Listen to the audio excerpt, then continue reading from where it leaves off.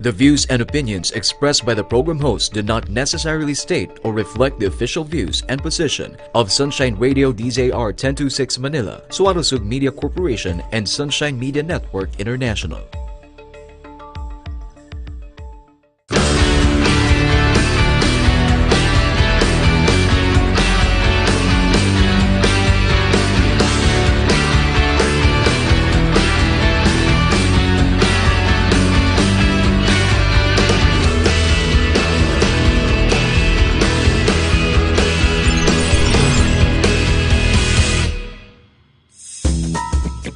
Time to amplify your life. I'm MIGS de la Rosa and welcome to SMNI News Channel Marketing, Business and Lifestyle TV show, Amplify Your Life.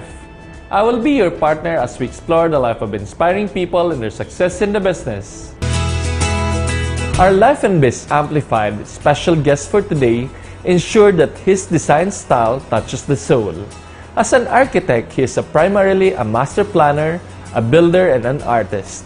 His expertise is conceptualization and design development of the built environment for vertical and horizontal structures, specializing in high-rise structures and iconic projects. To know more about the business is a loving father and the man behind ELIZALDE Architects and Builders is architect Dennis ELIZALDE. Architect Dennis, welcome to Amplify Your Life. Thank you, Migs. Thank you for inviting me here. Good day. So, Architect Dennis, let's talk about your exciting architectural business and at the same time your career as an architect. So, tell us more about your childhood dream as an architect. Migs, since a young boy, I'm fond of drawings, painting, and the arts. And I'm fond of looking at tall buildings. So that's why I pursued this profession until I actually become one. So, Architect Dennis, how did you start as an architect? I started working as a part-time student in our school, Mapua Institute of Technology in Intramuros. I was working with the school president, Oscar B. Mapua, regarding the development of the school at that time, when I was still a student. Then upon graduation, I joined the company Gilbert Chuwiliu Architects in Ortigas, and then after a brief stint, I took the board exam and passed, and then I transferred to Recio Casas Architects, doing tall buildings and working with the foreign architects. And after which, I also worked abroad in Dubai. I work in W.S. Atkins, Dubai, and then here in the Philippines also. And then when the company closed, I set up my own firm, ELIZALDE Architects and Builders. I believe you are a third generation of architects in your clan. Do you have any pressure to excel as well, just like them? Yes, mix, because although I haven't actually trained under them, or we're not together directly, we're not together, because when I met my grand uncle Jeremiah Elizalde Navarro, the national artist for visual arts, he was already 70 years old and I was around 20s. There's an age gap difference. Yes, there's about more than 50 years age gap. So I had to really research the books and look for the works, and then read them and digest them inside of me so that I can follow their footsteps. But he serves as an inspiration to you. Yes, Migs. He's truly an inspiration to a lot. So a lot of people are really wondering what's really the essence of being an architect. Migs, being an architect is that you have to compose first yourself. You have to avoid the distractions of the outside world. You have to be confident in your work. You have to be passionate in your work. You have to have that style, the art that's coming from you, to express it and to serve it on a plate and then serve to your client. So, what are the needed qualities to become an architect? To be an architect, number one, you have to have the perseverance. There are lots of changes in the drawings, in the plans, in the clients, changing moods also when you design. So you really have the perseverance, the patience doing those drawings. And secondly, you have to be flexible in all aspects. You have to have a balanced life and flexible in your time and everything. You have to be really passionate about your work, about your architecture, the design that you're trying to set up, or the arts that you're trying to embed on the artwork. What is the motivation to your clients for them to hire an architect? When you hire an architect, it gives you peace of mind to execute your plans. Okay. Number one is that an architect who will draw up all the plans and all the details in it and the execution of the plans. Number two is that you will have peace of mind in the cost, because the cost they can control the cost depending on the design of that building. So you can work on a budget, for example, the building budget, the house budget. Yes. You can maximize the architectural design in terms of a given budget with a proper discussion, of course. Yes, Migs, that's exactly right. When you hire an architect, you are actually setting up a limit on your budget, or setting up some cloud on that plan so that your plan can be executed within that context. When you become an architect, how does it change your motivation in life? When I became an architect, there was a urge in me to really express my art, express myself, and also to serve people, to provide housing to the homeless, and to create jobs by putting up businesses, commercial stores, and also create tall buildings. You're active in various organizations. So how does being a member of UAP, AIA, to establish and really make a firm in terms of your stand as a credible and with the integrity of an architect? Why do you want and why do you have to be a member of this association? Being a member of an architects organization is also an advantage, especially if you're working with them in a project or you meet them in the field. There's a camaraderie. I'm a member also of United Architects of the Philippines, but then I'm also a member of the American Institute of Architects in the US, but my chapter is in Hong Kong. So when you're starting as an architect, what are the challenges you encountered and how did you overcome them? The challenges, first is the capitalization when you're starting up as an architectural firm, because there's not much capitalization when I started my business. And then also I have no network of clientele. My parents were not business people and not also an architect. But then I had to really struggle being one. I had to keep afloat. I have to fight and do bidding and compete with the top also in order to be successful. It's nice to undergo such challenges because, you know, you emerge victorious later on. Thank you. So, in terms of being a family person, how did it changes your motivation and your work-life balance when you became a family man? Mixed. That's a good question, mixed, because you know, being an architect is really a very stressful job. It's a very tiring profession.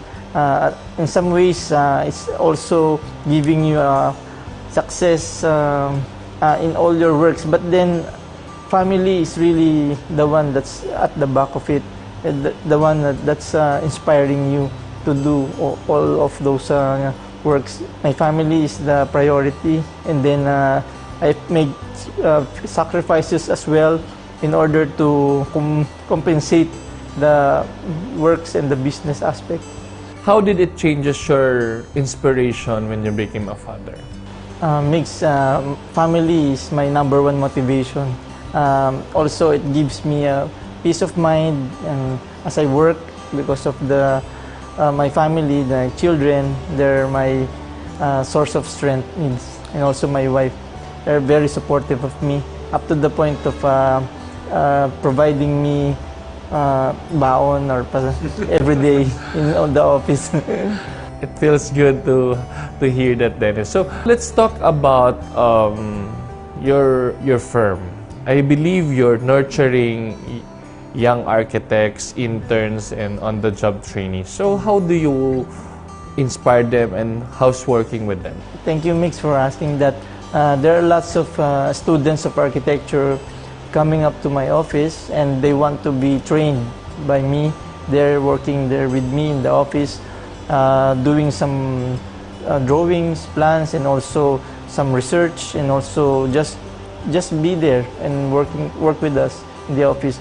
I inspire them by telling them to held on the integrity of being a true architect, because integrity is number one. You should not sell your integrity as an architect by accepting bribes, and also from the supplier. Sometimes they just give you a gift or something in lieu of project, or some things happens under the table. I always tell them that to reject it outright. If you will describe yourself as a leader or as a boss of your firm, so how will you describe yourself as a boss? MIGS, as a boss, I'm actually a strict person, and then stringent in some ways, because I had to keep the resources low, because we're not really a very big company. We're just operating on 6 people in our office, and then we have to be fast in doing all those works. We have to be doing it fast. Yung turnover dapat mabilis. Yes, MIGS. So in terms of client, how do you manage client expectation as an architect? If I have to serve my client, their expectations, first and foremost, I have to gather all the information and also hear the problems or the requirements of the clients, and then digest it, and then analyze, and then study it, then calculate until we arrive at the final solution of it. What are the challenges that you overcome in handling with them? Okay, MIGS, I had a lot of clients already. I have done hundreds of projects already in the Philippines, and also I have experiences working abroad with different nationalities. There are really lots of moods and different styles of presidents of companies or CEOs trying to hire my services as architect of their buildings or structures. The challenges actually is the way you connect with them. There are to have that interrelationship with them by trying to get their personalities, knowing them well, so that when you interpret it on their plans or in their designs, you're taking part of them, digesting it, and then implementing it in a delightful whole.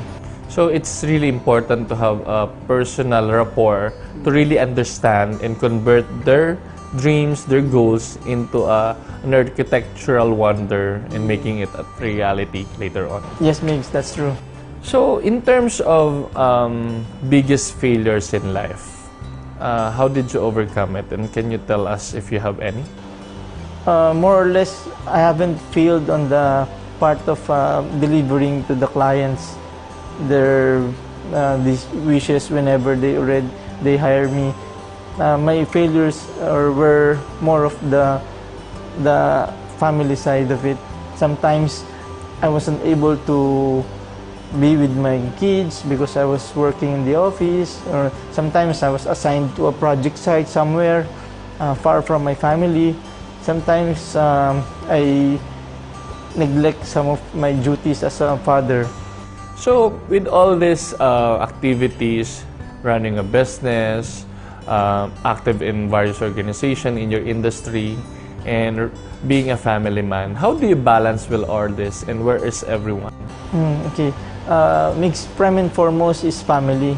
Number one priority in my life is my family. I make sure I'm always with them. I'm always at their side whenever they need me, or whenever I'm taking off from my work.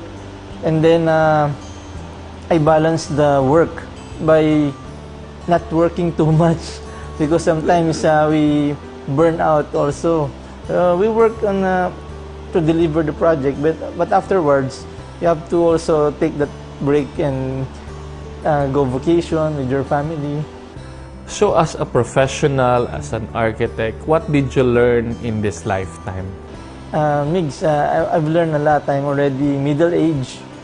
I have acquired the wisdom already and the knowledge in my training in school, and also running a business and being an architect, having done hundreds of projects already and catered to a lot of clients and met with different nationalities and working abroad. All those things MIGS already composed me right now. So that's why I'm already an entrepreneur by creating my own company, the ELIZALDE Architects and Builders, which already 8 years now, MIGS. Is there any vision, or what else do you want to do in your life? MIGS, I have a vision of having my own real estate company by designing the houses and then constructing them and then selling them also, or renting to a lot of people. A lot of people wanted to know your personal and professional advice to our aspiring architect and entrepreneurs, please. Okay. My advice to the aspiring students of architecture to keep on the integrity and protect the profession of architecture, to reject bribery from suppliers or from anyone who will try to corrupt your minds and your hearts, and also to the clients, my past clients and existing clients. Thank you for trusting our company, for trusting me, and to all our partners, to all the engineers who I work with, thank you for all your help and support. Thank you. You can reach us at www.elizaldearchitectsbuilders.com, and also our Facebook page. You can find us ELIZALDE Architects Builders. Our email is dennis.elizalde@gmail.com, and our office number is 551-3901. Thank you. Okay, Architect Dennis, thank you for a very engaging interview. I wish you all the best, more projects to come, and I believe you have a good heart as a father and as an architect. More power, and God bless. Thank you, MIGS. Thanks so much. For Architect Dennis ELIZALDE, the truth is always with him and lives it no matter what. He believes that he holds the truth against all odds and above all men. As a master planner and a builder, he believes that the life of an architect is as unyielding as granite. Here at Life and Biz Amplified, always remember that success is a product of hard work, good preparation, and learning from failures.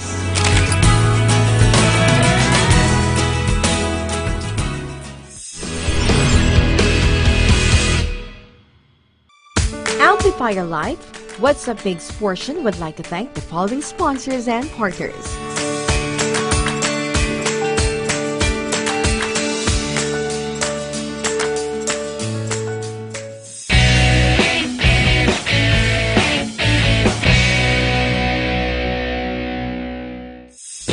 Right now, we're going to entertain once again the questions of our partners and their business challenge. Here are your chance to win special prizes from our marketing partners. Just send us your marketing-related questions through our Amplify Your Life Facebook page, and don't forget to subscribe to our YouTube channel, Amplify Your Life. How can I maximize my online presence for my salon business? By Debbie Santiago of Parañaque City. Thank you, Debbie, for your question. You can maximize your online presence for your salon business by using hashtag in every post for your promo, You can online promote your business via tapping online influencers and bloggers to further promote your business. You can do Facebook advertising, and you can optimize your online presence by buying keywords through search engine optimization. Is it advisable to tap deal sites to increase my restaurant and store traffic? By Alvin Cruz of Quezon City. Thank you, Alvin, for your question. It's advisable to tap deal sites for a new restaurant. It will increase store traffic, it will induce trial, and maximize your online promotion via new target market and reach out to wider audience. How important is an audio-visual presentation for company branding? By Ray Miranda of Taguig City. Thank you, Ray, for your question. Audio-visual presentation, or AVP, is very important for brand and company nowadays. For online trends, we are using a lot of viral videos to make sure that we reach out to wider audience and to capture the heart of our target market. Audio-visual presentation is a summary of your capability, of your product features, and quality services that you can offer. This is very important nowadays because a lot of consumers viewing and checking products and services and companies online will have to see the audio-visual presentation for them to see the visual representation of your company. Thank you guys for all the questions. Keep on sending us your questions, and for more elaborate answers, just send it in the details flash on your screen.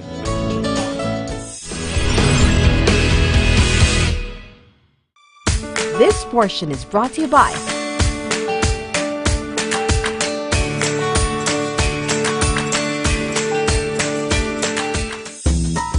In Life and Biz Amplified, architect Dennis ELIZALDE bared that as a conceptual artist, he can see through the eyes of men and that nothing is hidden from him.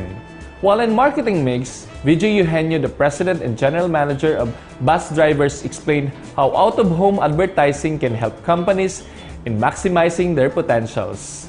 Thank you for watching Amplify Your Life, and I hope you learned something in today's episode. Patuloy kaming samahan at subaybayan sa Amplify Your Life and be inspired dito lamang sa SMNI News Channel. Amplify Your Life would like to thank the following sponsors and partners.